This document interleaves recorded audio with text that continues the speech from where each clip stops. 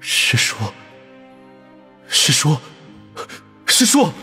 杨戬攥紧双拳，眼前云雾消散，却显露出了那一张自己梦中记起了无数次的面容。姐儿！云华仙子快步扑了上来，几乎将杨戬撞倒，用力地抱住杨戬，将一缕缕仙力注入杨戬空荡荡的玄体。傻孩子，你这是何苦呢？娘没事，娘一直都没事的。杨戬张张嘴，却说不出话语，眼角有一滴眼泪滑落，攥紧的双拳松开，无力地垂在身侧。片刻之后，娘，你先松开孩儿。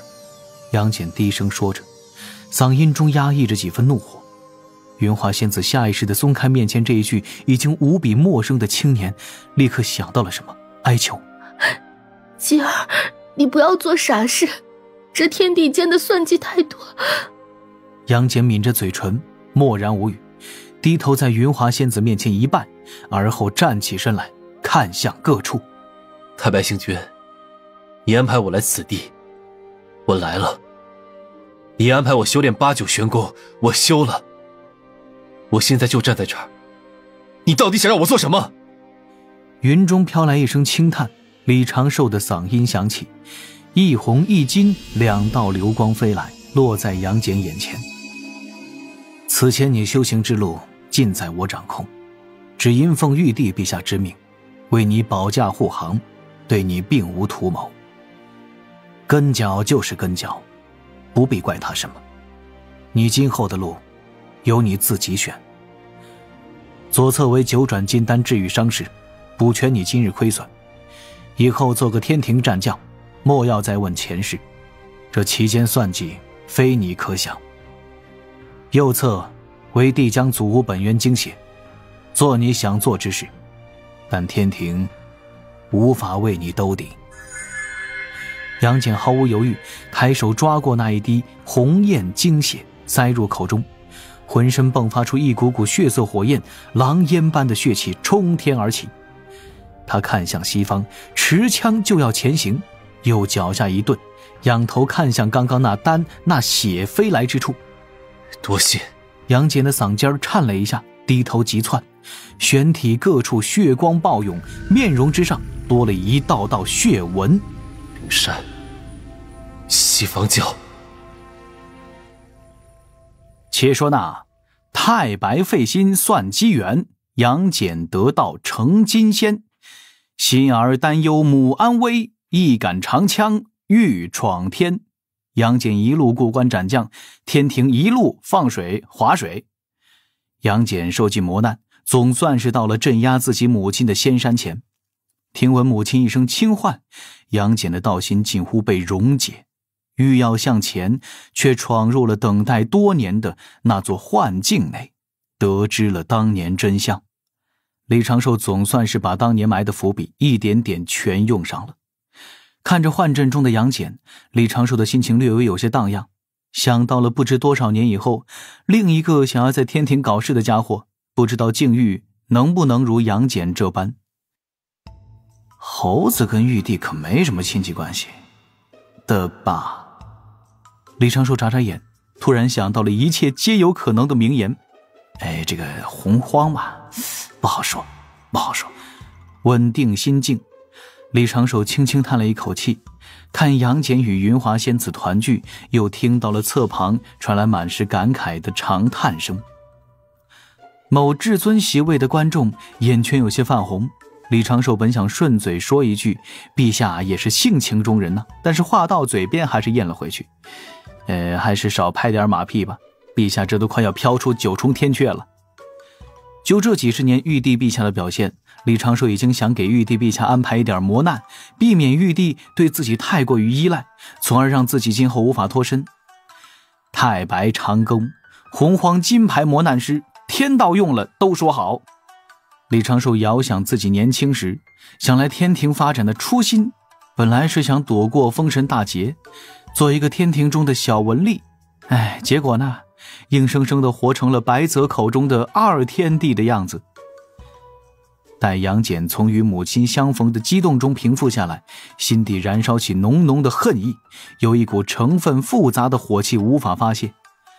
李长寿略微犹豫，取出了一滴祖屋地浆本源精血，与自己此前准备的那一颗九转金丹一同送到杨戬面前。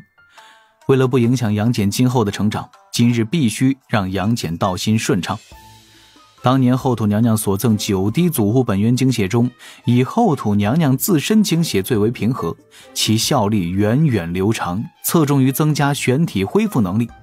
同样，共工本源精血侧重于增加玄体强度，相对后土精血而言较难融合。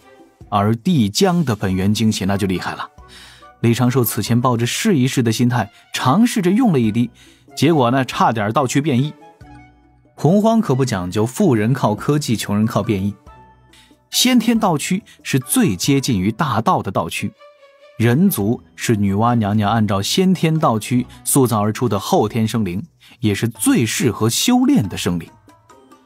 李长寿大道未满，若道区出现异变，就算是肉身变强的异变，也是弊大于利。故他把当时额头耸动的那一股力量均衡了一下，拽出来炼制成了丹药，再吞服，后续缓慢地消化了10多年。杨戬却没有这般本领，此刻正在历经道区的异变，却犹自能够保持清醒，一路朝着西天门急赶。杨戬此时的愤怒反应倒也在李长寿的预测之内，没有偏差太多。这微小的偏差在于，李长寿本以为凭杨戬的克制力其实是能忍住的。罢了，师父当年赴死，我不也没忍住吗？从洪荒的角度来看，杨戬此时还是一个年轻人，不够老练，在今日这种不间断压力之下，情绪失控很正常。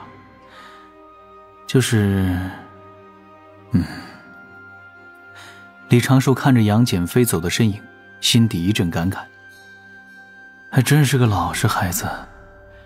明明这9转金丹和地浆祖屋精血他可以全都要，一个用来恢复道区亏损，一个用来增强自身实力。虽然地浆精血也可以恢复玄体战力，但是过程十分痛苦，效力相当猛烈。长庚，怎么为何还不跟上去？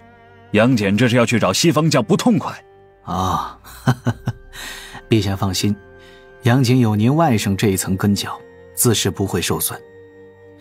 言说中，李长寿的袖中飞出一缕青烟，转眼消失于天边。这是小神的本体。李长寿传声解释了一句。此前为了镇住杨戬，小神特意以化身现身，而将本体藏在左手袖中。那拍下去的一掌将杨戬轻松制服，化身却是难以做到。全栋顿时面露恍然，随后又皱眉看着李长寿，上下打量几下，最后摇头感叹：我竟分不出你这是化身还是本体了。简直成人神通，爱卿当属第一人。李长寿含笑摇头，注视着天边。陛下，小神去守着杨戬了。本爱卿此前所献丙计划行事，全凭陛下做主。你呀，全栋抬手打了李长寿肩头一拳。没人的时候少打这般腔调。凌霄殿中，一直闭目的白衣玉帝睁开双眼，下方众天庭仙神顿时打起精神。东木公何在？东木公精神一振，立刻向前来。老臣在。点起10万天兵，备好此前无命你做的旨意，去追阐教弟子杨戬。去的不要太晚，也不要太快，明白了吗？早已经得了李长寿叮嘱的木工，此刻低头应答：遵陛下之命。言罢豁然转身，目中满是快意，带上殿门附近的8位天将走出凌霄殿，往通明殿而去。有10万天兵早已经在西天门外列阵，本体施遁法紧跟在杨戬侧后方，心底不由得回首往昔，李长寿唏嘘不已。这前后加起来大概100年时间来算计此事，最后的这一波收尾不只是对杨戬的考验，也是对他各种安排的考验。从杨府惨剧开始，一场有关杨戬的算计就此展开。李长寿自那时就开始不断地分析后续可能会出现的一系列发展，所有的变数。他需要杨戬快速崛起，让杨戬在封神大劫之前就进入天庭序列，将封神大劫作为杨戬展现自我的舞台，打响杨戬名气，让杨戬有硬汉老一辈大能的实力，成为自己退休后的天庭顶梁柱。刚刚杨戬陷入幻境，在目睹当年事的整个过程中，李长寿的心底也翻开了一本书册，那是他写下的剧本。这其中有圣人算计，也有大势所趋，有被迫营业，也有一系列向着剧本之外的延伸。准提出手缔造杨府惨剧，意图埋下天庭与阐教对立的种子。李长寿虽然早有觉察，却无法阻止圣人算计这些，只能在圣人出手之后及时弥补。而后逼死福元仙翁，惊退准提，再转过来在各地宣扬云华仙子之事，背负骂名，成为杨戬修行的执念，一路推着杨戬走到今日。这期间又经历了与杨戬无直接关联的各类事件，西方教渐渐地陷入弱势，天庭人教声威大涨，阐教截教面临大劫磨难，上下忐忑不安。此时商部落已经占据了小半个南赡部洲，即将迈入百国来朝的天下共主阶段，人皇气运已接近圆满。商部落的改革者，商国的缔造者汤，已经在拍马投胎的路上。待商国建立，圣人就可以捕捉到大劫的部分脉络，那时又会引动几位圣人开始活跃。元始天尊二师叔与西方教是否会继续联手，甚至提前联手对截教发难，这成了李长寿最担心的问题。但是今日起码能将这般情形的发生向后拖延100年。从杨府惨剧的结果来看，李长寿化身挡住天兵发难，从而救下云华仙子杨戬杨禅。很明显，李长寿也成了天道安排杨戬中的一环，自那时就已经置身这场小棋局内。而李长寿在入局之前其实已经想到了这一点，但因为自己没有正面钳制圣人的实力，只能够顺势入局，借天道之势压制圣人之威。李长寿提前构思，主动入局，借势布置。杨戬经历家中惨剧，拜师玉鼎，快速修行，菩提蛊惑，伐天明真相。准提圣人巧算云华仙子，本是想将云华仙子一家打杀，或者只留下杨戬的性命，但是其后因李长寿及时干预，且识破福元身份，杨戬拜入玉鼎真人门下，反而失去了对杨戬的控制。李长寿却因此前与玉鼎真人的关联，以及人教弟子的身份，继续暗中培养杨戬，直到今日。故事发展到了这一步，李长寿已经算是圆满完成了自己该做之事，将杨戬培养成器，也化解了杨戬对天庭的敌意，将不满转嫁到了他的身上。